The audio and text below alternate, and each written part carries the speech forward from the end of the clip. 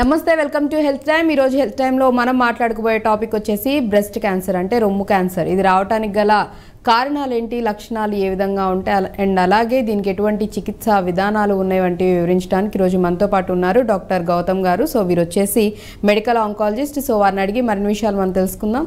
నమస్కారం డాక్టర్ గారు. So first of all అంటే క్యాన్సర్స్ చాలా రకాలు ఉన్నప్పటికీ కూడా ఎక్కువగా చూసుకున్నట్లయితే బ్రెస్ట్ క్యాన్సర్ అనేది చాలా ఎక్కువ కేసెస్ అనేవి కనిపిస్తూ ఉన్నాయి, మనం వింటూ కూడా ఉన్నాము. సో అసలు రావటానికి గల రీజన్స్ ఏంటి అని మనం మాట్లాడుకోబోయే ముందు అసలు క్యాన్సర్ అంటే ఏంటి, ఎందుకంటే నార్మల్ కణాలకి క్యాన్సర్ కణాలకి డిఫరెన్స్ ఏంటంటారు? మన బాడీలో ప్రతి సెల్ కూడా డైలీ డివైడ్ అవుతూ ఉంటుంది. ఆ డివైడ్ అయిన సెల్స్ కంట్రోల్లో ఉంటే అది క్యాన్సర్ లెక్క కాదనమాట. అదే అన్కంట్రోలబుల్ లెక్క డివైడ్ అయితే అది క్యాన్సర్ సెల్ అవుతుంది. ఓకే. సో క్యాన్సర్ సెల్ అనేది ఏంటంటే మన బాడీలోని సెల్స్ డివిజన్ అన్కంట్రోలబుల్గా అయితే అది అప్పుడు క్యాన్సర్ సెల్గా ఫామ్ అవుతుంది. ఓకే. సింగిల్ సెల్ నుంచి డివైడ్ అయ్యి అది సమ్ బిలియన్స్ ఆఫ్ సెల్స్ అయ్యి క్యాన్సర్ సెల్గా ఫామ్ అవుతుంది. కంటిన్యూస్గా మల్టిప్లై అవుతూ క్యాన్సర్ సెల్గా ఫామ్ అవుతుంది. రైట్. సో కారణాలు అసలు రావడానికి గల రీజన్స్ ఏంటంటారు? ఎక్కువ అంటే చాలా వరకు కూడా లేడీస్లోనే బ్రెస్ట్ క్యాన్సర్ అనేది మనం చూస్తున్నాము. సో అండ్ అలాగే కూడా ఎక్కువ నెంబర్ ఆఫ్ కేసెస్ అనేవి కూడా బ్రెస్ట్ క్యాన్సర్స్ పేషెంట్స్ ఎక్కువైపోతూ ఉన్నారు రోజు రోజుకి. రీజన్స్ ఏంటంటారు? అవునండి, మేము కూడా డైలీ ప్రాక్టీస్లో చాలా కేసెస్ చూస్తున్నాము, బ్రెస్ట్ క్యాన్సర్ కేసెస్. అన్ఫార్చునేట్లీ ఏంటంటే ఇంతకుముందు 5 years back 10 years back old above 60 yearsలో కామన్గా చూస్తుండే బ్రెస్ట్ క్యాన్సర్స్. బట్ ఈ లాస్ట్ 5-10 yearsలో especially young patients like 30 years 40 years వాళ్ళు కూడా చాలా ఫ్రీక్వెంట్గా బ్రెస్ట్ క్యాన్సర్స్తో డయాగ్నోస్ అవుతున్నారు. దీనికి క్యాన్సర్కి ఒక సింగిల్ ఫ్యాక్టర్ అని ఉండదు, మల్టీ ఫ్యాక్టోరియల్ కాజెస్ అని ఉంటాయి. Most common risk factor breast క్యాన్సర్కి ఏంటంటే age like any cancer, breast cancer కూడా ఓల్డ్ ఏజ్లో వస్తుంది. ఏజ్ అంటే మోర్ దెన్ 60 years వాళ్ళకి రిస్క్ ఎక్కువ అవుతుంది. ఇంకా చాలా రిస్క్ ఫ్యాక్టర్స్ ఉంటాయి. ఏంటంటే స్మోకింగ్ కానీ, ఆల్కహాల్ కన్జంప్షన్ కానీ, ఒబేసిటీ కానీ, ఏదైనా family history of breast cancer ఉన్నా, ఓవేరియన్ క్యాన్సర్ ఫ్యామిలీ హిస్టరీ ఉన్నా వీళ్ళందరికీ కొంచెం బ్రెస్ట్ క్యాన్సర్ వచ్చే ఛాన్స్ ఎక్కువ ఉంటుంది. ఇంకా డైటరీ హ్యాబిట్స్, కన్సంప్షన్ ఆఫ్ ఎక్కువ ఫ్యాట్, మీట్ కన్సంప్షన్ ఎక్కువ చేసినాం. ఇంకా ఈ మధ్య ఓరల్ కాంట్రాసెప్టివ్ పిల్స్ కూడా చాలా యూజ్ చేస్తున్నారు దానివల్ల. ఇంకా బ్రెస్ట్ ఓల్డ్ ఏజ్లో ప్రెగ్నెంట్ అవ్వడము మోర్ దెన్ 35 years అది కూడా one of the risk factor. Okay. So లేట్గా కన్సీవ్ అయితే కూడా రావడానికి పాసిబిలిటీస్ ఉన్నాయంటారు. అదొక risk factor. Multi risk factor అదొక రిస్క్ ఫ్యాక్టర్. ఇంకోటి బ్రెస్ట్ ఫీడింగ్ ఇవ్వకపోవడము అది కూడా one of the risk factors for breast cancer. Okay. So maximum అంటే రీజన్స్ అయితే ఇవి ఉండొచ్చు. అండ్ అలాగే మీరు చెప్తున్నారు అంటే ఫ్యామిలీలో ఎవరికైనా ఉంటే అంటే వంశపారపర్యంగా కూడా ఒకవేళ హిస్టరీలో ఎవరికైనా ఉంది అంటే రావడానికి పాసిబిలిటీస్ ఉంటుందండి.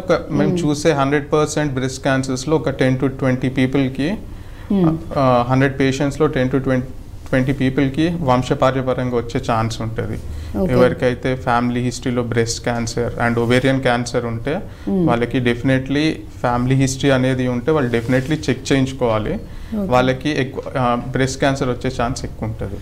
అండ్ ఇంకొక సందేహం కూడా ఏంటంటే ఇక్కడ కొంతమందికి ఉన్న డౌట్ కామన్గా ఏంటంటే అంటే ఫ్యామిలీ హిస్టరీలో ఎవరో ఒకరికి ఫోర్ ఫాదర్స్కో ఎవరికో ఎప్పుడో ఏదో ఒక క్యాన్సర్ అనేది లైక్ బ్లడ్ క్యాన్సర్ లేకపోతే బోన్ క్యాన్సర్ లాంటిది ఉండొచ్చు. బట్ అది తర్వాత నెక్స్ట్ జనరేషన్స్కి వచ్చేసరికి ఇంకొక టైప్ ఆఫ్ క్యాన్సర్లో బయటపడడం కూడా జరుగుతుంది. అంటే ఇక్కడ సందేహం ఏంటంటే అట్లా కూడా రావచ్చా, అంటే సేమ్ టైప్ ఆఫ్ క్యాన్సరే నెక్స్ట్ జనరేషన్ అంటే ఫ్యూచర్ జనరేషన్ వాళ్ళకి రాకుండా డిఫరెంట్ టైప్ ఆఫ్ క్యాన్సర్ కూడా వచ్చే పాసిబిలిటీస్ ఉన్నాయంటారు? డెఫినెట్లీ ఉన్నదండి. ఫ్యామిలీలో ఫాదర్కి ఒక క్యాన్సర్, సన్కి ఇంకో క్యాన్సర్, మదర్కి ఒక క్యాన్సర్, డాటర్కి ఇంకో క్యాన్సర్ అట్లా వచ్చే ఛాన్స్ అయితే డెఫినెట్లీ ఉంది. బట్ అది వచ్చే ఛాన్స్ చాలా తక్కువ ఉంటుంది, అరౌండ్ 10% to 20% ఉంటుంది. బట్ పేరెంట్స్కి కానీ ఫస్ట్ డిగ్రీ రిలేటివ్స్కి కానీ అంటే కజిన్స్కి వాళ్ళకి వస్తే కొంచెం రిస్క్ ఎక్కువ ఉంటుందండి. మనకి అంటే ఫ్యామిలీ హిస్టరీ ఉండి వాళ్ళు ఎఫెక్ట్ అయితే మనకు కూడా ఎఫెక్ట్ అవ్వడానికి కొంచెం రిస్క్ ఎక్కువ ఉంటుందండి. మరి 4 fathers ఆ లెవెల్, సెకండ్ కజిన్స్ అంత రిస్క్ ఉండదు, కానీ first cousins and immediate parents effect అయితే మనకు కూడా వచ్చే ఛాన్స్ సో ఎంత పర్సెంట్ అంటే పాసిబిలిటీస్ ఎంతవరకు రావడానికి ఛాన్సెస్ ఉన్నాయంట? అంటే అది క్యాన్సర్ బట్టి ఉంటుంది. నేను చెప్పినట్టు ఇంతకుముందు breast cancer and ovarian cancer family history ఉంటే ఒక 10 to 20% ఛాన్స్ డెఫినెట్లీ ఉంటుంది అనమాట. 10 to 20%. సో అంటే ఎక్కువగా కూడా ఒకవేళ ఫ్యామిలీ హిస్టరీలో ఎవరికన్నా ఉన్నా కానీ నెక్స్ట్ వాళ్ళు భయపడాల్సిన అవసరం లేదు. ఎందుకంటే కొంచెం అటువంటి అంటే ఇప్పుడు మనం చెప్తూ ఉన్నప్పుడు అవేర్నెస్ కోసం అని మనం ఇంతగా చెప్తూ ఉన్నా ఫస్ట్ వాళ్ళు ఇనిషియల్ కొంచెమే చూసేసి మేబీ అంటే ఇట్లా ఫ్యామిలీ హిస్టరీలో కూడా వంశపారపర్యంగా కూడా వస్తుందని అంటూ ఉన్నారు. అయితే మా ఫ్యామిలీలో ఎలా మా తాతగారికో లేకపోతే నాన్నమ్మకి ఎవరికో ఉంది, సో మాకు కూడా వస్తాయి ఏమో అని భయపడిపోయి మళ్ళీ అన్ని టెస్ట్లు అలా చేయించుకుని హడావుడి పడేవాళ్ళు కూడా ఉన్నారు. సో అందుకని అడగడం జరిగిందనమాట. అదే అండి, డెఫినెట్లీ ఛాన్స్ ఉంటుంది కానీ చాలా తక్కువ రిస్క్ ఉంటుంది. సో వాళ్ళు డెఫినెట్గా కొంచెం కేర్ఫుల్గా ఉండాలి. ఏమన్నా సిమ్టమ్స్ అనిపించినా ఏదైనా ముందు జాగ్రత్త చర్యలు కొంచెం ముందు తీసుకుంటే డయాగ్నోసిస్ మనకి ఎర్లీగా అయితే మనకి డెఫినెట్లీ క్యూర్ అయ్యే ఛాన్స్ కూడా చాలా ఎక్కువ ఉంటుంది. ఓకే, అంటే ఒకవేళ చేయించుకోవాలి కన్ఫర్మేషన్ కోసం అంటే ఫస్ట్ థింగ్ మనకి మనం ఓన్గా కూడా చెక్ చేసుకోవచ్చు, అంటే పర్సనల్ చెకప్ అనేది కూడా చేసుకోవచ్చు అని బ్రెస్ట్ క్యాన్సర్లో చెప్తూ ఉన్నారు. డాక్టర్స్ అందరు కూడా సజెస్ట్ చేస్తూ ఉన్నారు. ఏ విధంగా చెక్ చేసుకోవచ్చు, ఏ విధంగా కన్ఫర్మ్ చేసుకోవచ్చు, అంటే ఏదైనా మనకి చిన్న డౌట్ వచ్చినా కానీ ఏ విధంగా మనం కన్ఫర్మ్ చేసుకోవచ్చు అంటారు? సో దీని టెక్నిక్ ఏమంటామంటే సెల్ఫ్ బ్రెస్ట్ ఎగ్జామినేషన్ టెక్నిక్ అని అంటాం అనమాట. సో మన హ్యాండ్స్ యూజ్ చేసుకొని జస్ట్ బ్రెస్ట్ని రెగ్యులర్గా ఎవ్రీ 2 to 3 monthsకి ఒకసారి ప్రెస్ చేసి చూసుకోవడం వల్ల మనకి ఏమన్నా గడ్డలు ఉన్నాయా ఏమన్నా ఉన్నాయా అని మనకి తెలుస్తుంది అనమాట. సో మీకు ఏమన్నా డౌట్ వస్తే అలా గడ్డలు ఉన్నట్టు అనిపించి సైజ్ పెరగడము అట్లా ఏమన్నా అనిపిస్తే ఇమీడియట్గా డాక్టర్ని కలిస్తే వాళ్ళు నెక్స్ట్ స్టెప్ ఫర్దర్ స్టెప్ ఏం చేయాలి అని వాళ్ళు చెప్తారనమాట. రైట్. అండ్ ఇంకొంతమంది లేడీస్లో కూడా ఉండే సందేహం ఏంటంటే సమ్ టైమ్స్ మేబీ అంటే ఏమైనా జన్యు మార్పుల వల్ల లేకపోతే ఏమైనా హార్మోనల్ ఇంబ్యాలెన్స్ వల్ల కూడా చెస్ట్ ఒక్కొక్కసారి వెయిట్ పెరగడం అనేది కూడా లేడీస్లో కొంతమందిలో జరుగుతూ ఉంటుంది. కొంతమందికి పెయిన్ కూడా వస్తూ ఉంటుంది. ఆ సిచ్యువేషన్స్లో కొంతమంది మ్యాక్సిమం లేడీస్ ఏం ఆలోచిస్తారంటే మేబీ ఇది ఏమన్నా క్యాన్సర్కి రిలేట్ అయి ఉండొచ్చా, అందువల్ల ఇలా పెయిన్ వస్తుందా లేకపోతే బరువుగా అనిపిస్తుందా అనే డౌట్లు కూడా కొంతమందిలో ఉన్నాయి. సో దానికి మీరేం చెప్తారు? అంటే జనరల్గా క్యాన్సర్ గడ్డలు ఏంటంటే ఇనిషియల్గా పెయిన్లెస్ ఉంటాయండి, నొప్పి ఉండవు. అది సైజ్ పెరిగిన కొద్దీ కొంచెం కొంచెం నొప్పి స్టార్ట్ అవుతుంది. అండ్ నొప్పి ఉంది అంటే జనరల్గా క్యాన్సర్ గడ్డ అని అనము. బట్ క్యాన్సర్ గడ్డ జనరల్గా నొప్పి లేకుండా స్టార్ట్ అవుతుంది. బట్ లేట్ స్టేజెస్లో అంటే సైజ్ చాలా పెరిగినప్పుడు అప్పుడు కొంచెం కొంచెం నొప్పి స్టార్ట్ అవుతుంది. సో కామన్గా ఈ గడ్డలన్నీ నాన్ క్యాన్సరసే ఉంటాయి 80 to 90%. పెద్ద భయపడాల్సింది ఏమి ఉండదు.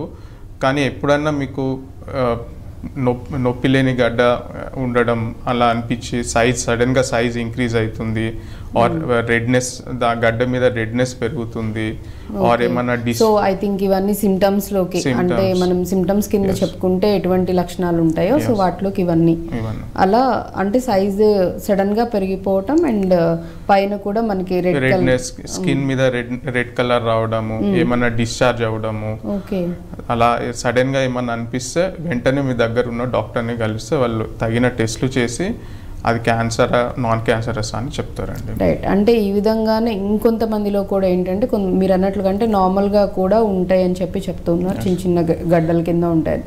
బట్ చాలామంది ఇలా కూడా భయపడుతూ ఉంటారు, అంటే ఇట్లా మామూలుగా చెస్ట్లో వచ్చింది అంటే కనుక ఇంక అది క్యాన్సరేనేమో అన్న అపోహలో కూడా భయపడిపోయే వాళ్ళు కూడా ఉన్నారు. ఎవరికి చెప్పకుండా అలా అని డాక్టర్ దగ్గరికి వెళ్ళి చూపించుకోకుండా కూడా భయపడే వాళ్ళు ఉన్నారు. సో అన్ని రకాల గడ్డలు క్యాన్సర్ రిలేటెడ్ అయితే కాదు. 90% క్యాన్సర్ రిలేటెడ్ ఉండవండి. ఓకే. ఒక 10% ఉంటాయి. ఓకే. సో మీరు రెగ్యులర్ ఎగ్జామినేషన్ చేయించుకొని మీకు ఏదైనా సైజ్ బాగా పెరుగుతున్నట్టు అనిపించినా, మీకు అంటే అలా ఏమైనా సిమ్టమ్స్ అలా సైజ్ బాగా పెరుగుతుంది, మీ స్కిన్ ఏమైనా రెడ్ అవుతుంది అలా అనిపిస్తే వెంటనే ఇమీడియట్గా డాక్టర్ని కలిస్తే అతను ఎగ్జామినేషన్ చేసి ఇంకా ఫర్దర్ టెస్టింగ్ చేసి అది క్యాన్సరస్ నాన్ క్యాన్సరస్ అని చెప్తారు. If in case non cancer అయి ఉంటే కనుక సో ఆటోమేటిక్ అంటే అవే వాటంతట అవే తగ్గిపోతుంది అంటారా, లేకపోతే మళ్ళీ అగైన్ వాటికి కూడా ట్రీట్మెంట్స్ ఏమన్నా ఉంటాయి అంటారా? నాన్ క్యాన్సరస్ జనరల్గా దానికి అవే తగ్గిపోతాయి, కొన్ని మెడికేషన్స్ ఉంటాయి. కానీ బాగా సైజ్ పెరుగుతుంది అనుకుంటే చిన్న చిన్న సర్జరీస్ చేసి కూడా తీసేస్తారు. ఓకే. ఇఫ్ ఇన్ కేస్ అట్లా సైజు కణితలు నార్మల్గా క్యాన్సర్ కాకుండా ఉండే కణితలు కూడా పెరుగుతూ ఉంటాయి కాబట్టి నార్మల్ బినైన్ అంటే క్యాన్సర్ కాని గడ్డలు కూడా సైజ్ పెరుగుతూ ఉంటాయి. ఫైబ్రోఅడినోమాస్ అంటాము వాటిని. అది జనరల్ గా యంగ్ ఏజ్ 20-35 ఇయర్స్ లోపల వాళ్ళకి వస్తాయి. అవి వచ్చినప్పుడు అవి కూడా సైజ్ పెరగవచ్చు. సో మీకు అలా ఏమైనా డౌట్ అనిపిస్తే వెంటనే డాక్టర్ని కలవండి. వాళ్ళు ఒక అల్ట్రాసౌండ్ టెస్ట్ అని ఉంటుంది, బ్రెస్ట్ అల్ట్రాసౌండ్. అది చేస్తే మనకు దాంట్లో తెలిసిపోతుంది అది క్యాన్సర్ గడ్డన్నా కాదా అని. దాని ప్రకారం ట్రీట్మెంట్ ఉంటుందండి. రైట్. అండ్ అలాగంటే టెస్ట్లో మీరు ఇప్పుడు ఒకటి చెప్పడం జరిగింది, మామూలుగా అయితే అసలు ఏమేమి టెస్టులు చేసి ఎగ్జామిన్ చేసి కన్ఫర్మేషన్ అనేది చేస్తారు మీరు? ఫస్ట్ మా దగ్గరికి పేషెంట్ వస్తే యాజ్ అ డాక్టర్గా మేము ఫస్ట్ సెల్ఫ్ ఎగ్జామినేషన్ చేస్తాం పేషెంట్ని. ఓకే. సో ఎగ్జామినేషన్లో మాకు తెలిసిపోతుంది అది క్యాన్సర్ గడ్డనా మామూలు గడ్డనా అని. ఓకే. ఇంకా ఏమైనా డౌట్ ఉంటే ఫర్దర్ టెస్టింగ్ మ్యామోగ్రఫీ అని చేస్తామండి. Bilateral breast mammography. బైలాటరల్ అంటే 2 sides బ్రెస్ట్ మ్యామోగ్రఫీ చేస్తామండి. బ్రెస్ట్ మ్యామోగ్రఫీలో మనకు ఒక స్కోరింగ్ ఇస్తారండి. ఆ స్కోరింగ్ 1, 2, 3, 4, 5 అని ఉంటుందండి. 3 వరకు అది క్యాన్సర్ గడ్డ కాదండి. 4th కొంచెం డౌట్ఫుల్, అది 50-50%. 5 అని వస్తే కంపల్సరీ అది క్యాన్సర్ గడ్డ అండి. సో మేము ఏమైనా డౌట్ అనిపిస్తే ఫస్ట్ బ్రెస్ట్ మ్యామోగ్రఫీ చేస్తాము. బ్రెస్ట్ మ్యామోగ్రఫీ చేశాక మేము ఫర్దర్ టెస్టింగ్ ఇంకేమైనా బయాప్సీ అవసరమా లేదా అని ఆ టెస్ట్ చూసినాక డిసైడ్ అవుతాం. జనరల్గా 1, 2, 3 ఉంటే ఏం చెప్పాము, బయాప్సీ అవసరం లేదని చెప్తాము. 4, 5 ఉంటే కంపల్సరీ బయాప్సీ చేసి ల్యాబ్కి పంపించి కన్ఫర్మ్ చేసుకుంటాము. అండ్ అలాగే టెస్ట్లో కూడా కొంతవరకు అంటే మిగిలిన స్కాన్స్ కూడా చెప్పడం, ఎంఆర్ఐ ఇవన్నీ చెప్పడం, పెట్ స్కాన్ కూడా చెప్తూ ఉంటారు. సో ఇప్పుడు అండ్ ఇంకా అట్ ప్రెసెంట్ చూసుకున్నట్లయితే చాలా అడ్వాన్స్డ్గా ఉంది ట్రీట్మెంట్స్ విషయంలో.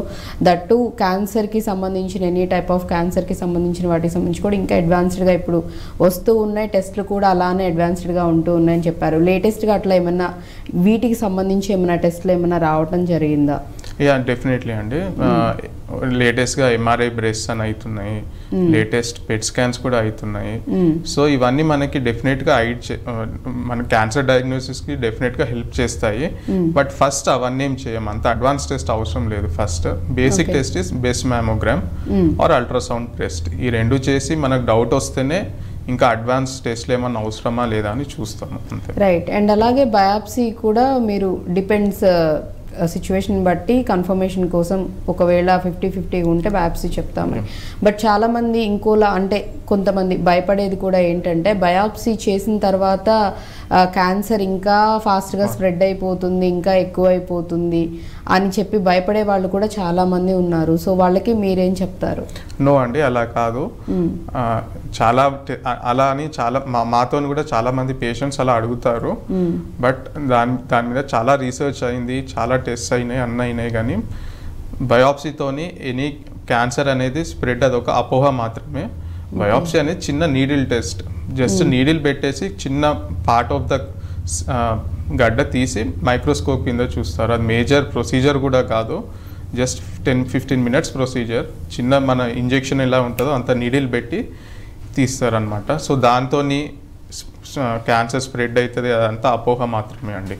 ఓకే. సో అలా అంటే బయాప్సీ చేయించుకుంటే కన్ఫర్మేషన్ అనేది నిర్ధారణ కోసం బయాప్సీ అనేది చేయటం జరుగుతుంది. అండ్ అది కూడా మీరు అన్నట్టుగా చిన్న నీడిల్తో చిన్న ముక్క అనేది తీసి టెస్ట్ చేయడం జరుగుతుంది. దానివల్ల స్ప్రెడ్ అవ్వటం అనేది కానీ అంటే చాలామంది ఏంటంటే క్యాన్సర్ ఇప్పుడు మీరు ఇనిషియల్గా చెప్పారు సెల్స్ డివైడ్ మల్టిప్లై అయిపోతూ ఉంటే చాలా ఫాస్ట్గా పెరుగుతూ ఉంటాయి. కాబట్టి మ్యాక్సిమం అనేది ఏంటంటే దానికి ఏదైనా నీడిల్ లాంటిది ఏదైనా తగిలితే ఇంకా ఫాస్ట్గా అవుతాయి, ఇంకా స్ప్రెడ్ అయిపోతాయి అని చెప్పేసి చాలామంది భయపడతారు. ఆ కోవకి అంటే ఆ పాయింట్ ఆఫ్ వ్యూలోనే చాలామంది బయాప్సీ చేయటం వల్లే ఇంకా ఎక్కువ అయిపోతుంది, గడ్డలు ఇంకా పెద్ద అవ్వడము, పెయిన్ ఇంకా ఎక్కువ రావడం, ఇలాంటి అపోహలు భయపడే వాళ్ళు ఎక్కువ అయిపోయారు. నో అండి, అలా ఏం లేదు. బయాప్సీ చేయడం వల్ల క్యాన్సర్ స్ప్రెడ్ అవుతుంది అనేది ఒక అపోహ మాత్రమే. సో ఇట్స్ స్మాల్ టెస్ట్ అండి, జస్ట్ మన ఇంజెక్షన్ ఉన్నంత నీడిల్ పెట్టేసి బయాప్సీకి పంపిస్తారు. సో దాంతో ఎటువంటి స్ప్రెడ్ కానీ క్యాన్సర్ ఎక్కువ అవ్వడం కానీ అదేమీ ఉండవు. It's a very safe procedure. And మనకి బయాప్సీ చేస్తేనే అది ఏ టైప్ ఆఫ్ క్యాన్సర్ అనేది తెలుస్తుంది. సో ఎనీ క్యాన్సర్ మేము సస్పెక్ట్ చేసినప్పుడు బయాప్సీ చేస్తేనే మన క్యాన్సర్లో చాలా hundreds of types ఉంటాయండి. ఇప్పుడు బ్రెస్ట్ క్యాన్సర్లోనే ఒక 10-12 types ఉంటాయి. సో ఏ టైప్ అని తెలియడానికి మనకు బయాప్సీ కంపల్సరీ. సో మీరు వరల్డ్ వైడ్ ఎక్కడికి వెళ్ళినా కూడా క్యాన్సర్ డయాగ్నోసిస్కి బయాప్సీ కంపల్సరీ.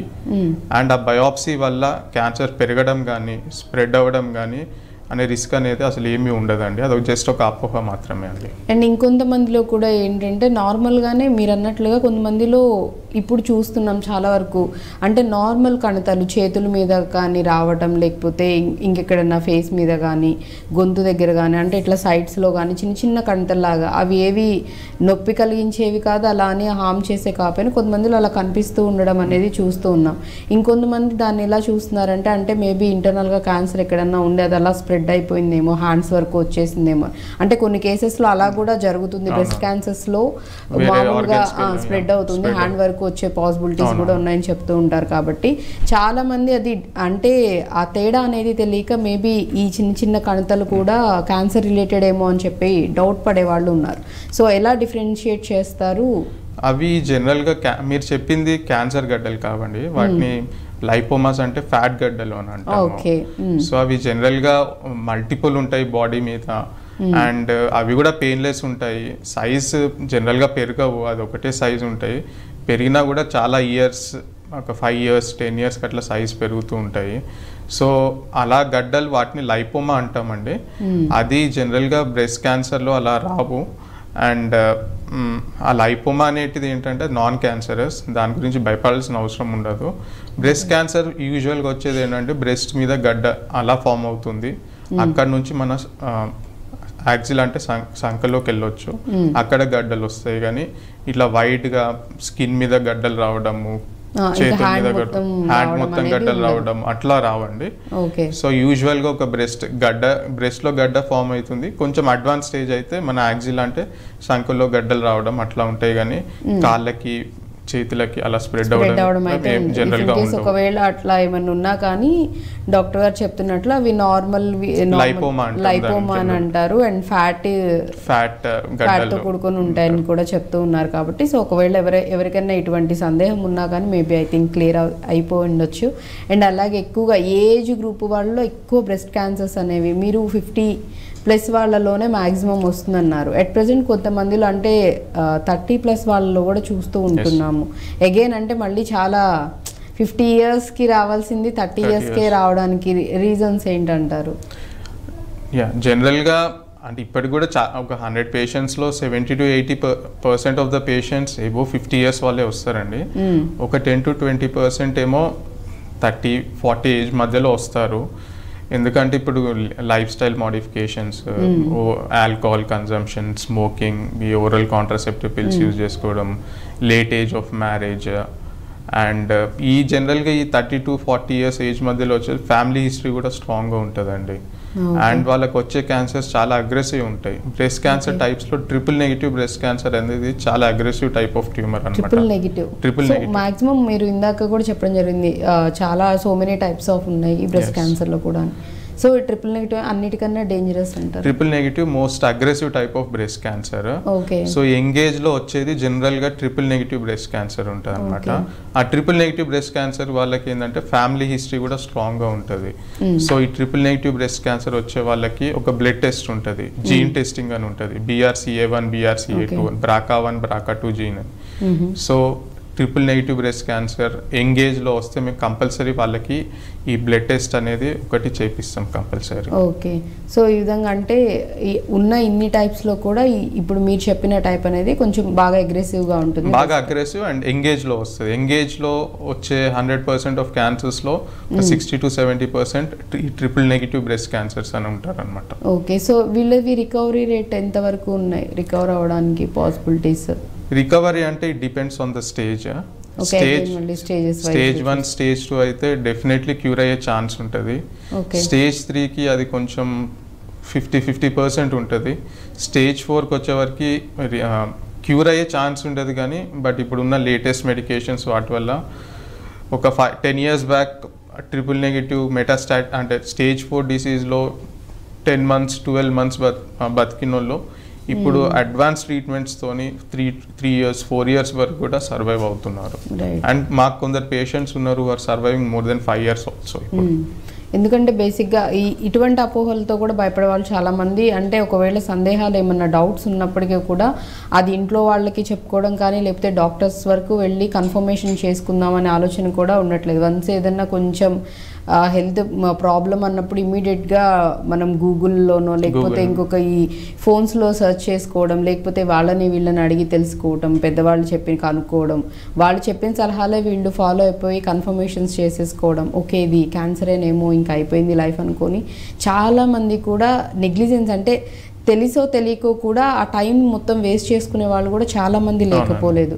సో అంటే ఎంత ప్రీషియస్ అంటారు ఆ టైం అనేది, ఎంత ఇంపార్టెంట్ అంటారు. అట్లా చాలామంది లేట్ చేసుకోనో లేకపోతే, అండ్ ఇంకొకటి కూడా ఉంది డాక్టర్ గారు, చాలామంది కూడా సోషల్ మీడియాలో అంటే ఈ మందు తీసుకుంటే తగ్గిపోతుంది ఇమీడియట్గా, అసలు ఎవ్వరికి ఇంకా రాను కూడా రాదు, ఇఫ్ ఇన్ కేస్ వచ్చినా అది ఏ స్టేజ్ అయినా కానీ క్యూర్ అయిపోతుందని మెడిసిన్స్ లేకపోతే ఒక ఆకు ఫ్రూట్ ఇట్లా డిఫరెంట్గా ఫుడ్కి రిలేటెడ్ వాటివి కూడా సజెస్ట్ చేయడం అనేది జరుగుతూ వస్తుంది. అండ్ ఇంకొంతమంది ఇలా కూడా ఫాలో అయిపోయి లేట్ చేసేసి అంటే ట్రీట్మెంట్కి రాకుండా అంతా మనం పెట్టుకోలేమని చెప్పేసేసి కూడా భయపడిపోయి వీటినే తీసుకునే వాళ్ళు కూడా లేకపోలేదు. సో మీరు నేను అడుగుతుంది ఏంటంటే ఎంత ప్రీషియస్ ఈ టైం వేస్ట్ చేసుకుంటూ ఉంటే కనుక వాళ్ళకి ఇంకా ఎంతవరకు లాస్ అనేది అవుతూ ఉంటుంది. సో అసలు ఇవన్నీ ఫాలో అవ్వచ్చు అంటారా లేకపోతే నార్మల్ ట్రీట్మెంటే చేయించుకోవాలంటారా? సో సోషల్ మీడియాలో మాకు వచ్చే పేషెంట్స్ కొందరు సోషల్ మీడియా ఫాలో అవుతారు, వాళ్ళు కొందరు మంచి ఫాలో అయ్యి ఎర్లీగానే వచ్చేస్తారు, కొందరు ఇలాంటి యాడ్స్ చూసి చాలా లేట్గా వస్తుంటారు. సో సోషల్ మీడియా అనేది మంచిగా యూజ్ చేసుకుంటే చాలా బాగుంటుంది. కొందరు ఆ సిమ్టమ్స్ బట్టి వాళ్ళు సోషల్ మీడియాలో సర్చ్ చేసి మేబీ క్యాన్సర్ కావచ్చు అనుకొని మా దగ్గరికి ఎర్లీ స్టేజ్లో వచ్చేస్తున్నారండి. సో వాళ్ళకి ఒకవేళ అది క్యాన్సర్ అని డౌట్ వస్తే మేము టెస్ట్ చేసి అది బయోప్సీ తీసి అది క్యాన్సర్ అని తెలిస్తే, సో ఎర్లీ స్టేజ్లో ఎనీ క్యాన్సర్ ఎర్లీ స్టేజ్లో డయాగ్నోస్ అయితే 90 to 95% క్యూర్ అయ్యే ఛాన్స్ ఉంటుందండి, ఎస్పెషల్లీ స్టేజ్ 1 స్టేజ్ 2 క్యాన్సర్స్. దీంట్లో ఇంకో టైప్ ఏంటంటే ఈ అడ్వర్టైజ్మెంట్స్ ఏవి ఓన్లీ ఒక ఫ్రూట్ ఆయుర్వేద కొంచెం ఆయుర్వేద అవన్నీ అది చూసి అవి తీసుకొని క్యాన్సర్ చాలా ప్రోగ్రెస్ అయిన వచ్చే వాళ్ళు కూడా చాలా మంది ఉన్నారండి. సో మీకు ఏదైనా డౌట్ అనిపిస్తే ఫస్ట్ డయాగ్నోసిస్ అనేది ఇంపార్టెంట్ అండి. మీకు అది ఏదైనా క్యాన్సర్ గడ్డ లెక్క ఏమైనా డౌట్ అనిపిస్తే వచ్చి ఫస్ట్ డాక్టర్ని కలవండి, డాక్టర్ని కలిసి వాళ్ళ ఒపీనియన్ తీసుకోండి. ఒపీనియన్ తీసుకున్నాక ఫర్దర్ ఏం చేయాలి డాక్టర్స్ చెప్పిన దాన్ని బట్టి మీరు ఒక డెసిషన్ తీసుకోండి. సో సెల్ఫ్ గూగుల్లో చదివేసి సెల్ఫ్గా డయాగ్నోస్ చేసుకొని అడ్వర్టైజ్మెంట్స్ చూసి ట్రీట్మెంట్ తీసుకునడం అనేది చాలా అంత మంచిది కాదు. సో ఎస్పెషల్లీ యంగ్ పేషెంట్స్ వాళ్ళు సోషల్ మీడియా ఎక్కువ ఫాలో అవుతారు. సో వాళ్ళకి ఎంత ఎర్లీగా డయాగ్నోస్ అయితే మనకు అంత క్యూర్ అయ్యే ఛాన్స్ ఉంటుంది. సో సోషల్ మీడియా అనేది గుడ్ కానీ మంచి వేలో యూజ్ చేసుకుంటే బాగుంటుంది. అంటే బేసిక్గా ఇప్పుడు డాక్టర్ గారు చెప్తున్న దాన్ని బట్టి అంటే చాలా మంది కూడా వీటిని చూసుకొని ఒక చిన్న డౌట్ వచ్చిన ఇమీడియట్గా వచ్చి ఫస్టే ఇనీషియల్లోనే వచ్చి చెకప్ చేయించుకుంటున్న వాళ్ళు చాలా మంది ఉన్నారు. ఒక రకంగా హెల్పే చేస్తుంది. బట్ ఇంకొంతమంది ఏంటంటే ఇంకొంచెం డిలే చేసుకుంటూ లేట్ చేసుకుంటూ తెలిసి తెలియక అలా ఇంకా ఇంకా ఇంకా లేట్ చేసుకొని లేట్గా వచ్చి చూపించుకోవడం, ఈలోపు అది ఏ స్టేజెస్ అనేది మారిపోవడం, అగైన్ మళ్ళీ ట్రీట్మెంట్ కూడా మొత్తం అంతా మారిపోతూ ఉంటుంది. కాబట్టి సో అలా కూడా సఫర్ అవుతున్న వాళ్ళు ఇబ్బంది పడే వాళ్ళు కూడా లేకపోలేదు. సో చూడండి. బట్ కానీ డాక్టర్ చెప్తున్న సజెషన్ ఏంటంటే ఫస్ట్ అండ్ ఫార్మోస్ట్గా మీరు డాక్టర్ దగ్గరకు వచ్చి అది అవునా కాదా అనేది నిర్ధారణ చేయించుకోండి అని చెప్తున్నారు. సో ఆఫ్టర్ ద తర్వాత ట్రీట్మెంట్ ఏ విధంగా ఉంటుంది ఏంటి అనేది ఎక్స్ప్లెయిన్ చేస్తారు. కాబట్టి దాన్ని ఫ్యామిలీతో డిస్కస్ చేసి డెసిషన్ తీసుకోవడం అనేది ఉంటుందని చెప్తున్నారు. సో ఏది ఫాలో అవ్వచ్చు, ఏది ఫాలో అవ్వకూడదు, ఏది తీసుకోవాలనేది. సో ఎందుకంటే లాస్ట్ వీక్లోనే మాకు 2 పేషెంట్స్ వచ్చారు, 30-35 year old. ఒక ఆమె ఏంటంటే కొంచెం ఎర్లీ స్టేజ్లోనే డయాగ్నోస్ అయింది. ఆమె సోషల్ మీడియా ఫాలో లంప్ అని గూగుల్లో సెర్చ్ చేసి సిమ్టమ్స్ వస్తున్నాయని మా దగ్గరకు వచ్చి డయాగ్నోస్ అయిపోయింది, స్టేజ్ 1 క్యాన్సర్, సర్జరీతోనే ఆమెకి క్యూర్ అయిపోయింది. అదే ఇంకొక ఆమె ఏంటంటే అలానే నెగ్లెక్ట్ చేసుకుంటా ఏదో ఆన్లైన్లో మెడికేషన్స్ ఉంటే అవి ట్రై చేసి మా దగ్గరకు వచ్చేవరకు 5-6 months లేట్ అయ్యేది. లేట్ అయ్యే వరకు అది స్టేజ్ 4 క్యాన్సర్ అయిపోయింది. Unfortunately 35 years, aggressive type of tumour ఉంది. సో అప్పుడు మనం చేయడానికి కూడా ఏముండదు. రైట్, అంటే మేబీ ఒకవేళ ఇటువంటి ప్రొడక్ట్స్ యూజ్ చేసుకున్న యూజ్ ఉండొచ్చేమో కానీ బట్ ప్రాసెస్ అయితే నార్మల్ ట్రీట్మెంట్ ఏదైతే క్యాన్సర్కి సంబంధించిన కీమో రేడియేషన్ సర్జరీస్ ఉన్నాయో సో అదే ఫాలో అవడం అనేది కరెక్ట్ అనేది కూడా డాక్టర్ గారు చెప్తూ ఉన్నారు. అంటే వాటి ఇంపాక్ట్ ఎంతవరకు ఉంటుంది ఏంటనేది మనం ఆబ్వియస్లీ జడ్జ్ చేయలేం కాబట్టి బట్ ప్రాసెస్ అయితే ఏదైనా హెల్త్ ప్రాబ్లం ఉంది అంటే కనుక ట్రీట్మెంట్ అనేది ఖచ్చితంగా ఇదే ఉంటుంది కాబట్టి ప్రాసెస్ ఇది చేయించుకోవాలి. సో ఆఫ్టర్ దట్ ఇంకేమన్నా ఉన్నాయి పాసిబిలిటీస్ చేయించుకున్నా కానీ లేదు మనకి రిజల్ట్ లేదు అంటే మనం ఇంకోటి వేరేవి ట్రై చేసినా కానీ తప్పలేదు. కానీ బట్ ఫస్ట్ అండ్ ఫార్మోస్ట్గా అయితే డాక్టర్నే కన్సర్న్ అవ్వాలి, డాక్టర్ సజెషన్ అనేది తీసుకోవాలి. అంటే మీకు ఏమన్నా డౌట్ ఉన్నా ఫస్ట్ వచ్చి డాక్టర్ని చూపెట్టుకొని అది క్యాన్సర్ అని డయాగ్నోస్ అయితేనే ఫర్దర్ ట్రీట్మెంట్ గురించి ఆలోచించాలి. So first diagnosis is important. So first డాక్టర్కి వచ్చి సిమ్టమ్స్ చెప్పి డాక్టర్ ఎగ్జామినేషన్ చేసినాక కొన్ని టెస్ట్లు చేసినాక క్యాన్సర్ అని డయాగ్నోస్ అయితే డాక్టర్ ఎలా చెప్తున్నారు, మీకు ఎలా ఫాలో కావాలి, సర్జరీ చేయాలా, ఫర్దర్ ఏమైనా ట్రీట్మెంట్ తీసుకోవాలా, దాని ప్రకారం మీరు ఫాలో అయితే ఎస్పెషల్లీ క్యాన్సర్లో చాలా బెటర్ ఉంటుందండి. ఎందుకంటే మనకి ఎర్లీ డయాగ్నోస్ చేస్తే అంత క్యూర్ అయ్యే ఛాన్స్ క్యాన్సర్లో ఉంటుంది. సో స్టేజెస్ వైజ్గా చూసుకున్నట్లయితే ఎన్ని స్టేజెస్లో మనం డయాగ్నోస్ చేయొచ్చు అంటారు? ఏ స్టేజ్ కొంచెం ఎక్కువగా అంటే మేబీ రికవరీ ఛాన్సెస్ అనేవి కొంచెం 50-50గా ఉంటాయి అంటారు? అంటే బ్రెస్ట్ క్యాన్సర్ అని కాదు, ఎనీ క్యాన్సర్ స్టేజ్ 4 స్టేజెస్ ఉంటాయండి. Stage 1, stage 2, stage 3 and stage 4. Stage 1, stage 2 ఏంటంటే ఇప్పుడు బ్రెస్ట్ అంటే ఓన్లీ బ్రెస్ట్లోనే ఉంటుంది, సైజ్ బట్టి ఉంటుంది. 2 centimeters ఉంటే స్టేజ్ 1 అంటాం, 2 to 5 centimeters ఉంటే స్టేజ్ 2 అని అంటాము. అదే స్టేజ్ 3 ఏంటంటే బ్రెస్ట్ నుంచి యాక్సిల్ అంటే సంఖలో గడ్డలు కావడము, వాటిని స్టేజ్ 3 అంటాము.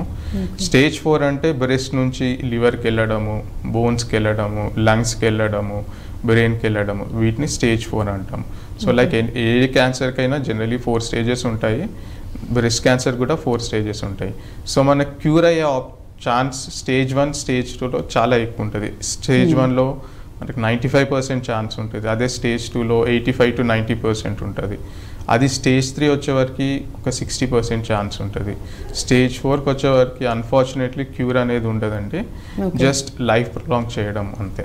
ఓకే, స్టేజ్ 4కి వస్తే మాత్రం క్యూర్ అయ్యే ఇంకొన్ని ఇయర్స్ వాళ్ళని సర్వైవ్ ఎలాగా ట్రీట్మెంట్ తీసుకొని సర్వైవ్ ఇయర్స్ ప్రొలాంగ్ చేయడం అనేది ఉంటుంది. సో రికవరీ అనేది చాలా కష్టం వాళ్ళకి. ఎస్, రికవరీ అనేది అంటే ఉంటుంది రికవరీ, కానీ రెగ్యులర్ ఫాలోఅప్లో ఉండాలి. సమ్ సార్ట్ ఆఫ్ ఏదో టాబ్లెట్స్ కీమోనో ఏదో ఒకటి రెగ్యులర్గా వాళ్ళు కంటిన్యూ చేస్తూ ఉండాలి.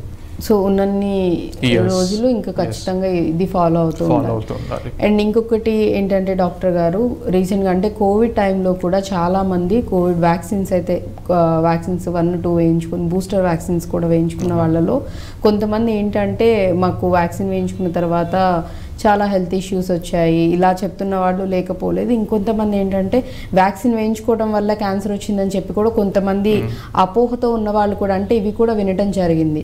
నిజంగా వ్యాక్సిన్ అనేది మనం ఇప్పుడు వేసుకుంది కూడా కరోనాని మనం రాకుండా చేసుకోవడానికి. బట్ అగైన్ చాలా మందిలో అది ఎలా అయిపోయిందంటే ఈ వ్యాక్సిన్ వేయించుకున్న తర్వాతే మాకు ఈ హెల్త్ ప్రాబ్లం వచ్చింది, ఈ ఇష్యూ వచ్చింది, లైక్ ఇందాక చెప్పినట్లుగా క్యాన్సర్ కూడా వచ్చింది అనే అపోహలతో చాలా మంది ఉన్నారు. అంటే దానికి మీరు ఏం చెప్తారు వాళ్ళకి? నో అండి, అది అబ్సల్యూట్లీ రాంగ్ అండి. కరోనా వ్యాక్సిన్ వల్ల క్యాన్సర్ అవడం అనేది అదొక అపోహ మాత్రమే. అంటే చాలామంది వరల్డ్ వైడ్ తీసుకున్నారు, చాలా రీసెర్చ్ చేశారు. అంటే కొంచెం హార్ట్ మీద ఎఫెక్ట్ ఉంది కానీ క్యాన్సర్ వైజ్ అయితే కరోనా వ్యాక్సిన్స్తోనే అబ్సల్యూట్లీ నో ఎఫెక్ట్ అండి. సో చాలా స్టడీస్ చేశారు, ఎనీ క్యాన్సర్ రిస్క్ అయితే కరోనా వ్యాక్సిన్స్తోని ఏమీ ఇంక్రీజ్ కాలేదండి. So corona vaccines are very safe for especially oncology cancer ప్రకారంగా ఎవరైనా బూస్టర్తో తీసుకోవాలన్నా తీసుకోవచ్చండి. సో కరోనా వ్యాక్సిన్ తీసుకుంటే క్యాన్సర్ పెరగడము అనేది అదొక అపోహ మాత్రమే అండి. రైట్. సో అలా ఏమీ ఉండదు, భయపడాల్సిన అవసరం లేదు. కొంతమందిలో మాత్రమే హార్ట్ రిలేటెడ్ కాంప్లికేషన్స్ వస్తున్నాయి అని చెప్తున్నారు. అది అదొక్కటి కొంచెం రిస్క్ ఫ్యాక్టర్ ఉంది, heart related issues. But cancer పరంగా అయితే కరోనా వ్యాక్సిన్స్తోని ఏమీ లేదండి, అదొక అపోహ మాత్రమే. రైట్. అండ్ అలాగే మనం చెప్పుకుంటూ మొత్తం ప్రాసెస్ ఏ విధంగా ఉంటుంది ఏంటని, అండ్ ఇంకొంతమంది అంటే ట్రీట్మెంట్ వైజ్గా మనం చూసుకున్నట్లయితే any type of cancer, chemo, radiation and next surgery. So ఈ మూడు కూడా డిపెండ్స్ వాళ్ళు ఏ స్టేజ్లో ఉన్నారు ఏంటనేది డిపెండ్ అయ్యి ప్రాసెస్ అనేది ఇవ్వడం జరుగుతుంది. అండ్ కొంతమందిలో ఒకటే ఓన్లీ కీమో ఇచ్చి మాత్రమే వాళ్ళకి ట్రీట్మెంట్ చేసి పంపించడం, ఇంకొంతమందిలో రేడియేషన్. అండ్ చాలామందికి కూడా పేషెంట్స్లో వచ్చే డౌట్ ఏంటంటే అదేంటండి మాకు మామూలుగా ఏదన్నా ట్రీట్మెంట్ అంటే కనుక క్యాన్సర్కి 3 ఉంటాయి కదా, మీరేంటి ఇది ఒక్కటే చేశారు అంటే లైక్ కీమో ఒకటే చేశారు, రేడియేషన్ చేయలేదు, లేకపోతే రేడియేషన్ ఒకటే చేశారు, సర్జరీ ఒకటే ప్రిఫర్ చేస్తున్నారని చెప్పి అలా మంది కూడా అంటే డౌట్స్తో చాలామంది అడిగేవాళ్ళు ఐ థింక్ మిమ్మల్ని కూడా ఐ థింక్ అడిగే ఉండొచ్చు, ఎందుకు ఇది ఒకటే చేస్తున్నారు, లేదు మీరు ట్రీట్మెంట్ ఫుల్గా చేయట్లేదు, ఒకటే చేసి పంపించారని కూడా అనుకునే వాళ్ళు ఉంటారు. సో వాళ్ళ కోసం కూడా మీరు ఒకసారి క్లియర్గా చెప్తారా? ఎస్ అండి.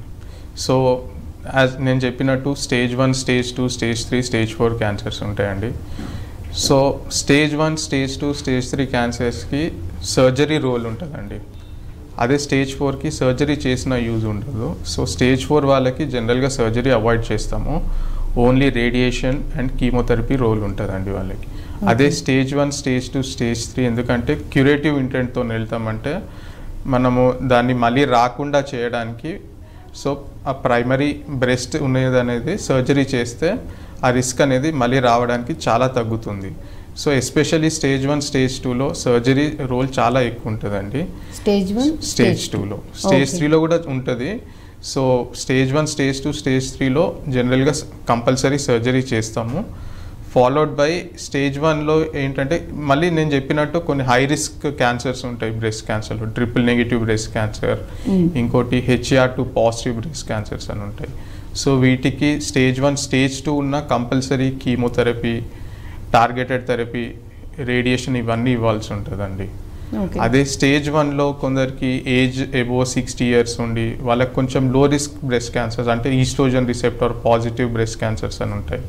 సో వాళ్ళకి ఏం చేస్తామంటే కీమో అవాయిడ్ చేసేస్తాము, జస్ట్ ఓవరాల్ హార్మోనల్ టాబ్లెట్స్ పెడతాము. అదేంటంటే బ్రెస్ట్ క్యాన్సర్లో ఈస్ట్రోజన్, మన బాడీలో ఈస్ట్రోజన్ ఎక్కువ అయితే బ్రెస్ట్ క్యాన్సర్ వచ్చే ఛాన్స్ ఎక్కువ ఉంటుంది అనమాట. సో ఆ ఈస్ట్రోజన్ అనేది ఆ బ్రెస్ట్ క్యాన్సర్లో ఆ టాబ్లెట్ యాంటీ ఈస్ట్రోజన్ టాబ్లెట్స్ అని ఇస్తాము.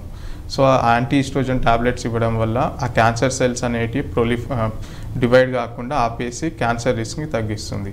So stage 1, stage 2 especially old age above 60 years ఎవరైతే కీమో టాలరేట్ చేయలేరు అనుకున్నామంటే వాళ్ళకి జస్ట్ టాబ్లెట్స్లో పెట్టే ఛాన్స్ కూడా ఆప్షన్ ఉంటుందండి. Okay. So again it depends అంటారు, అంటే వాళ్ళకి ట్రీట్మెంట్ ఏ విధంగా ఏ ప్రాసెస్లో చేయాలి.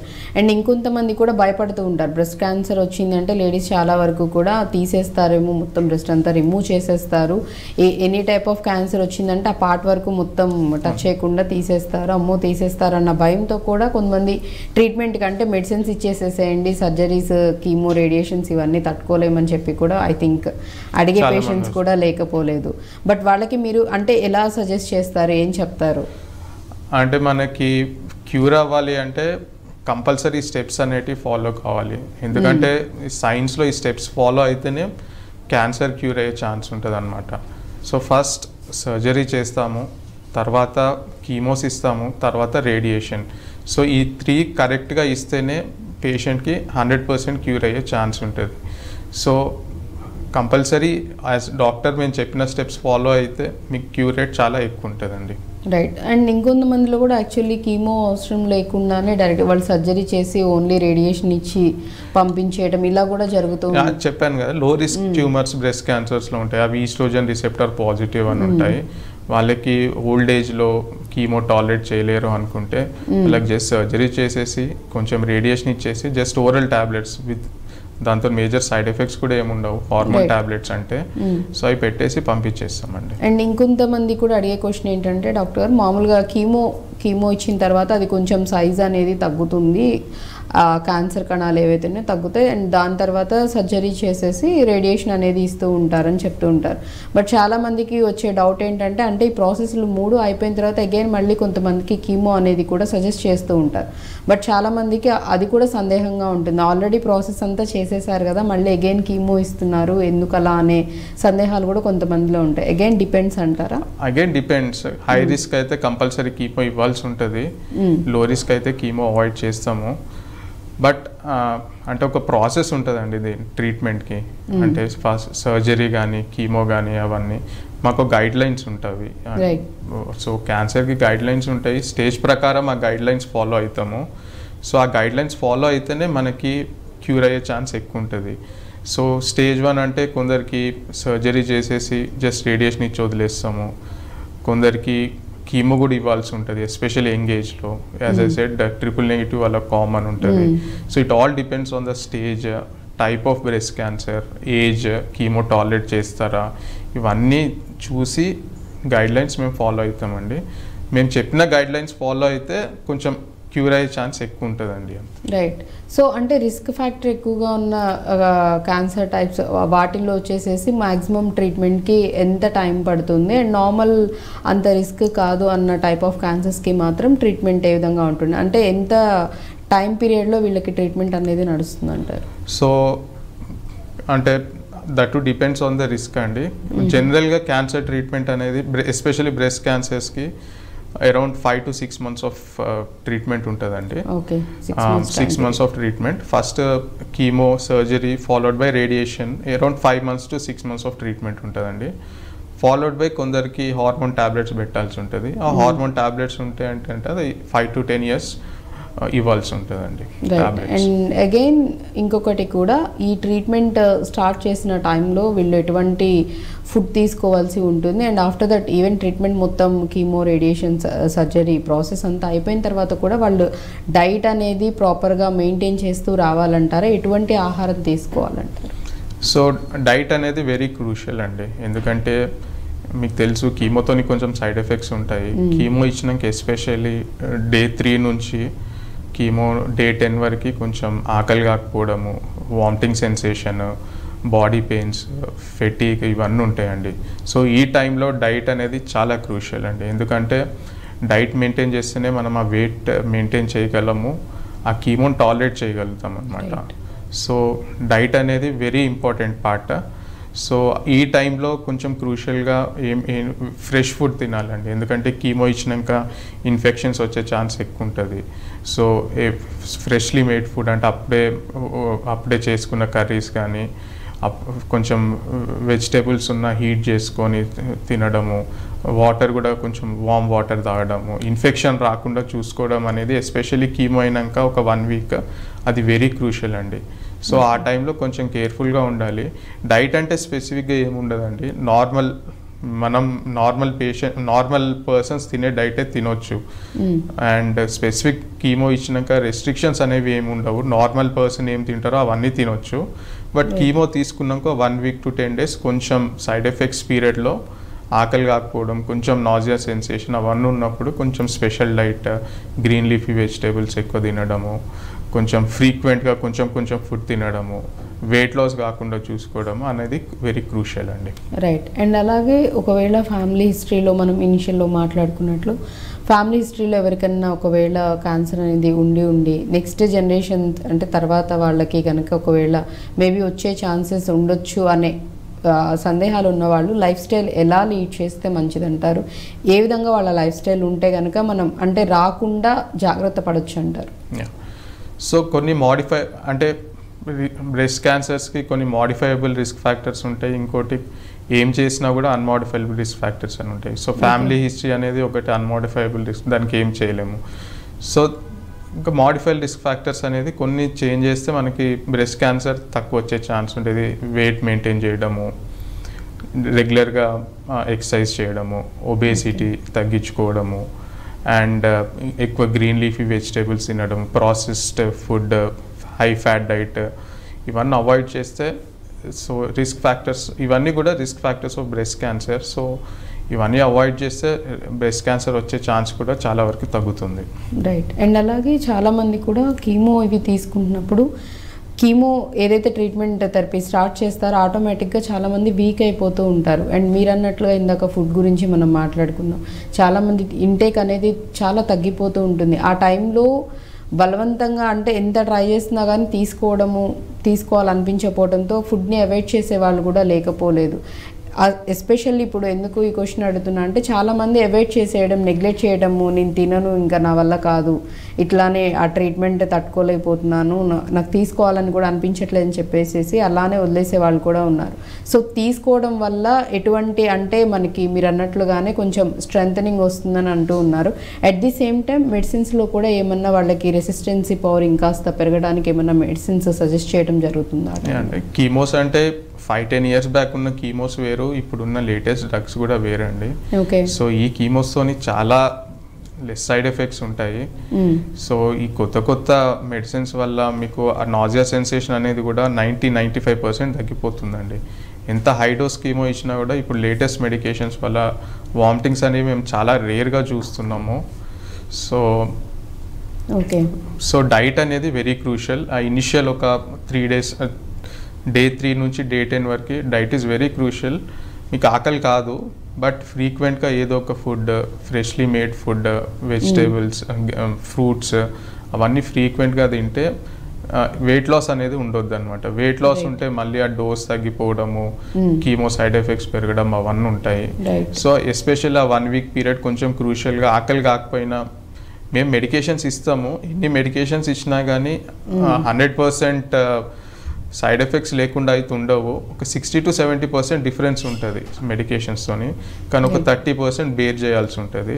సో ఆ 1 week టైంలో కొంచెం ఫ్రీక్వెంట్గా ఫుడ్ తినడము, వెజిటేబుల్స్ ఎక్కువ కన్జ్యూమ్ చేస్తే మీ నెక్స్ట్ కీమోని కూడా బెటర్ టాలరేట్ చేస్తారు అండ్ సైడ్ ఎఫెక్ట్స్ కూడా తక్కువ ఉంటాయి. రైట్. సో ఖచ్చితంగా అంటే ఈ టైంలో మాత్రం ఖచ్చితంగా మనకి ఒకవేళ ఆకలి లేకపోయినా, ఇబ్బంది పడుతున్నా, కొంచెం బాధగా అనిపించినా కానీ ఓపిక తెచ్చుకొని ఖచ్చితంగా ఫుడ్ ఇంటేక్ అనేది ఖచ్చితంగా ఉండాలి. అండ్ దట్టు లిక్విడ్స్ అయితే ఇంకా బెటర్గా ఉంటుందని చెప్తున్నారు. ఎందుకంటే ఆ టైంలో ఇమ్యూనిటీ అనేది కూడా కొంచెం తగ్గుతూ ఉంటుంది కాబట్టి కొంచెం దాన్ని బ్యాలెన్స్డ్గా కంప్లీట్గా పడిపోనీకుండా ఉండాలంటే అండ్ ఆ మెడిసిన్స్కి మన బాడీ తట్టుకోవాలంటే ఖచ్చితంగా ఫుడ్ అనేది మంచిగా స్ట్రాంగ్గా తీసుకోవాలి, ఖచ్చితంగా తీసుకోవాలి. కాబట్టి అసలు అట్లాంటి నెగ్లిజెన్స్ ఎవరైనా ఉన్నా కానీ అస్సలు నెగ్లెక్ట్ చేయకండి. ఫుడ్ తీసుకుంటూ ట్రీట్మెంట్ మెడిసిన్స్ తీసుకుంటేనే any type of a health ఇష్యూకైనా కానీ డాక్టర్స్ ఎంత సజెస్ట్ చేసినా, వాళ్ళు ఎన్ని సర్జరీస్ ట్రీట్మెంట్స్ ఎన్ని చేసినా కానీ మన బాడీకి అది ప్రాపర్గా సెట్ అవుతుంది. లేదు అంటే దెర్ ఈస్ నో యూజ్. కాబట్టి సో ఖచ్చితంగా డైట్ అనేది వెరీ క్రూషియల్ అండి. సో డైట్ తీసుకోకుంటే మాత్రం క్యాన్సర్ ట్రీట్మెంట్ టాలరేట్ కూడా చేయలేరు. సో మంచి హై ప్రోటీన్ డైట్, ఎగ్స్ కానీ, మంచి వెజిటేబుల్ ఫ్రూట్స్ కానీ, రెగ్యులర్ జ్యూసెస్ కానీ అవన్నీ తీసుకుంటే డెఫినెట్గా ట్రీట్మెంట్ బెటర్ టాలరేట్ చేస్తారు, సైడ్ ఎఫెక్ట్స్ తక్కువ ఉంటాయి. అండ్ ఎక్సర్సైజ్ కొంచెం ఎక్కువసేపు కాకపోయినా ఒక 30 minutes ఆఫ్ యోగా కానీ, కొంచెం మెడిటేషన్ కానీ ఇవన్నీ చేస్తే చాలా యూజ్ ఉంటుందండి. చాలా స్టడీస్ కూడా జరిగాయి దాని మీద. At least 30 minutes of yoga, 30 minutes of meditation during chemo అయిపోయినాక ఒక 10-15 days చేస్తే మీకు చాలా హెల్ప్ఫుల్ ఉంటుందండి. రైట్. అంటే సో మెడిటేషన్, యోగా కూడా చాలా చాలా హెల్ప్ అవుతాయని చెప్తున్నారు కాబట్టి ఖచ్చితంగా ట్రై చేయండి. అంటే ఫస్ట్ అయితే ఫుడ్ చక్కగా తీసుకోండి, డాక్టర్స్ ఏం సజెస్ట్ చేస్తారో అవన్నీ ఫాలో అవుతూ ఇవన్నీ చేస్తున్నట్లయితే కనుక ఇంకా స్పీడ్గా రికవరీ అవ్వడానికి పాసిబిలిటీస్ ఉంటాయి అండ్ హెల్దీ లైఫ్ లీడ్ చేయడానికి కూడా ఎక్కువ ఛాన్సెస్ ఉంటాయి. అండ్ ఫైనల్గా వచ్చేసి అట్ ప్రెజెంట్ ఇప్పుడు ప్రతి దానికి కూడా అడ్వాన్స్డ్ మెడిసిన్స్ కానీ, ట్రీట్మెంట్ కానీ, ఎవ్రీథింగ్ అన్ని అడ్వాన్స్డ్ రావడం జరిగింది. బ్రెస్ట్ క్యాన్సర్కి రిలేటెడ్గా కూడా ఏమైనా అడ్వాన్స్డ్గా ఇప్పుడు ఏమైనా ఉన్నాయంటారా? ఇందాక మీరు ఇనిషియల్ టెస్ట్ల గురించి చెప్పారు. సో ట్రీట్మెంట్లో కూడా అలా ఏమైనా ఉన్నాయంటారు? యా అండి, ట్రీట్మెంట్ బ్రెస్ట్ క్యాన్సర్కి 3 types: surgery, radiation and chemotherapy అండి. సర్జరీలో ఇప్పుడు లేటెస్ట్గా రోబోటిక్ సర్జరీస్ అని, ఏంటంటే రోబోటిక్ సర్జరీస్ చేస్తే బ్లడ్ లాస్ తక్కువ ఉంటుంది, ఇన్ఫెక్షన్ రిస్క్ చాలా తక్కువ ఉంటుంది అండ్ వితిన్ నెక్స్ట్ డే కూడా డిశ్చార్జ్ చేసే ఛాన్స్ ఉంటుంది అనమాట. ఇంకోటి రేడియేషన్లో ఇప్పుడు లేటెస్ట్గా ఎంఆర్ఐ లీనియాక్ అని, ప్రోటాన్ థెరపీ అని ఇవన్నీ వచ్చాయండి. సో ఇవన్నీ తీసుకుంటే మీకు రేడియేషన్ సైడ్ ఎఫెక్ట్స్ తక్కువ ఉంటాయి అండ్ డిశ్చార్జ్ కూడా తొందర అయిపోతారు. ఇంకో కీమో పరంగా అంటే లేటెస్ట్గా ఇమ్యూనోథెరపీ అని, టార్గెటెడ్ డ్రగ్స్ అని. సో ఇప్పుడు ఇంకా ఫ్యూచర్లో ఏమవుతుందంటే కంప్లీట్గా కీమో కూడా అవాయిడ్ చేస్తామండి. ఓన్లీ ఇమ్యూనోథెరపీ, టార్గెటెడ్ డ్రగ్స్ వీటితోనే ఫర్దర్ ట్రీట్మెంట్ కూడా ఉంటుంది. ఇంకో 5-10 ఇయర్స్లో ఆ చేంజ్ రాబోతుంది. సో ఇంకో సో ఇవి డ్రగ్స్తో ఏంటంటే ఇమ్యూనోథెరపీ, టార్గెటెడ్ డ్రగ్స్తో ఏంటంటే సైడ్ ఎఫెక్ట్స్ అనేవి తక్కువ ఉంటాయి. ఈ నాజియా సెన్సేషన్, ఈ బాడీ పెయిన్స్, ఈ ఫెటీగ్ అనేవి చాలా తక్కువ ఉంటాయి.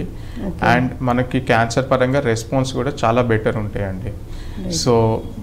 సో అంటే పెయిన్ లేకుండా ట్రీట్మెంట్ అనేది జరిగిపోతుంది, ఎటువంటి సైడ్ ఎఫెక్ట్స్ లేకుండా. సో అడ్వాన్స్డ్గా ఇప్పుడు ఆ ట్రీట్మెంట్స్ కూడా త్వరలో రాబోతున్నాయి.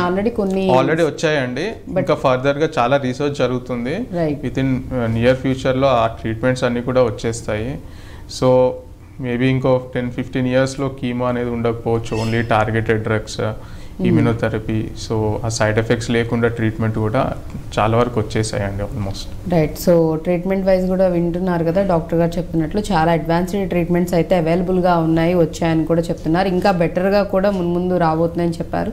సో ఇఫ్ ఇన్ కేస్ ఎవరికైనా అంటే ఒకవేళ ఏదైనా కొంచెం మన బాడీలో చేంజెస్ కానీ ఇబ్బంది కానీ అనిపించినప్పుడు ఫస్ట్ అండ్ ఫార్మోస్ట్గా డాక్టర్ని కన్సల్ట్ అవ్వడం, డాక్టర్ సజెషన్స్ ఫాలో అవడం అనేది చేయండి. ఎందుకంటే ఎనీ టైప్ ఆఫ్ క్యాన్సర్ ఒకప్పుడు అంటే చాలా అదొక మహమ్మారి, ఇంకా అయిపోయింది లైఫ్ అనే సిచ్యువేషన్ ఉండేది. అట్ ప్రెజెంట్ అటువంటి సిచ్యువేషన్స్ ఏమీ లేవు. ఈవెన్ 4th స్టేజ్లో కూడా రికవర్ అయిపోయి ట్రీట్మెంట్ చక్కగా తీసుకొని కూడా లైఫ్ లీడ్ చేస్తున్న వాళ్ళు చాలామంది ఉన్నారని డాక్టర్స్ చెప్తున్నారు. కాబట్టి సో ఖచ్చితంగా ఫాలో అవ్వండి.